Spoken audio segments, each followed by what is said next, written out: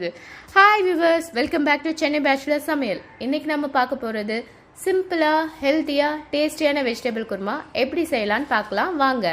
இந்த வெஜ் குருமா செய்ய தேவையான பொருட்கள் 2 பீன்ஸ், 1 கேரட், 1 உருளைக்கிழங்கு, 2 பச்சை மிளகாய், கொஞ்சம் கருவேப்பிலை, 1 ஆனியன், 1 தக்காளி, 1 மூடி தேங்காய், கொஞ்சம் சோம்பு, கொஞ்சம் பொட்டுக்கடலை, கசகசா.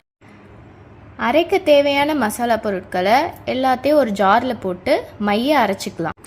குக்கர் ஹீட் ஆகிட்ட பிறகு 2 டேபிள் ஸ்பூன் எண்ணெய் ஊற்றிக்கோங்க. ஒரு பட்டை, 2 பச்சை மிளகா, கொஞ்சம் கருவேப்பிலை போட்டு நல்லா வதக்கிக்கோங்க.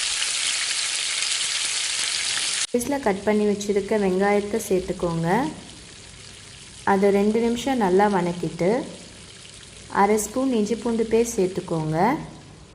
இஞ்சி பூண்டு பேஸ்ட் பச்சை ஸ்மெல் போகிற வரைக்கும் நல்லா வதக்கிட்டு பொடியாக நறுக்கி வச்சுருக்க தக்காளியை சேர்த்துக்கோங்க.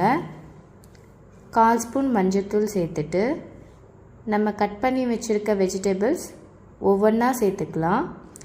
இதில் வேணும்னா பட்டாணி, காலிஃப்ளவர் ஆட் பண்ணிக்கலாம். காரத்துக்கேற்ப மிளகாத்தூள் சேர்த்துக்கலாம். நாங்கள் இப்போது 1/2 ஸ்பூன் மிளகாத்தூள் சேர்த்துருக்கோம். தேவையான அளவு உப்பு சேர்த்துக்கோங்க.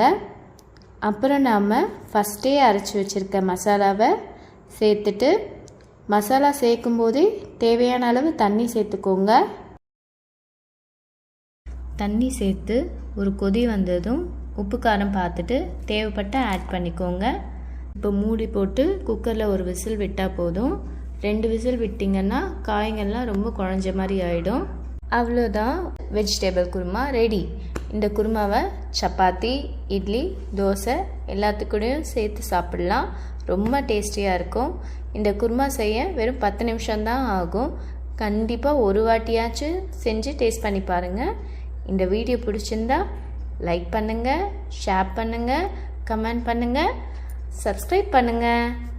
நன்றி, வணக்கம்.